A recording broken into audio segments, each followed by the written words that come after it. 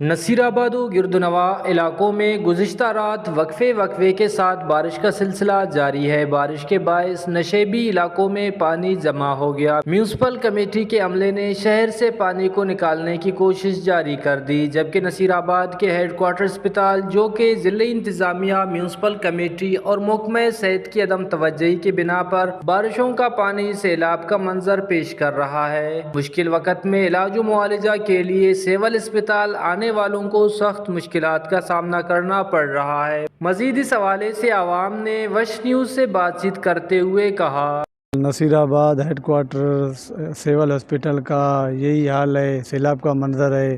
یہاں ہر سال بارشیں ہوتی ہیں، یہاں پر کوئی سہولت نہیں ہے۔ محکمہ صحت اس پہ ایکشن نہیں لے رہا ہے۔ ہمارے صحت سے یہی گزارش کرتے ہیں وہ جلد سے جلد ایکشن لے، لیکن وہ کوئی ایکشن نہیں لے رہا ہے۔ اگر کوئی دور دراز سے مریض ہاسپٹل آ رہا ہے، یہاں دیکھ رہا ہے پانی کی حالت، اس کو تقریباً یہاں سے 40-50 فٹ پیدل سفر کرنا پڑتا ہے۔ اگر کوئی مریض ہوتا ہے، کوئی سہولت، کوئی سسٹم نہیں ہے یہاں پر۔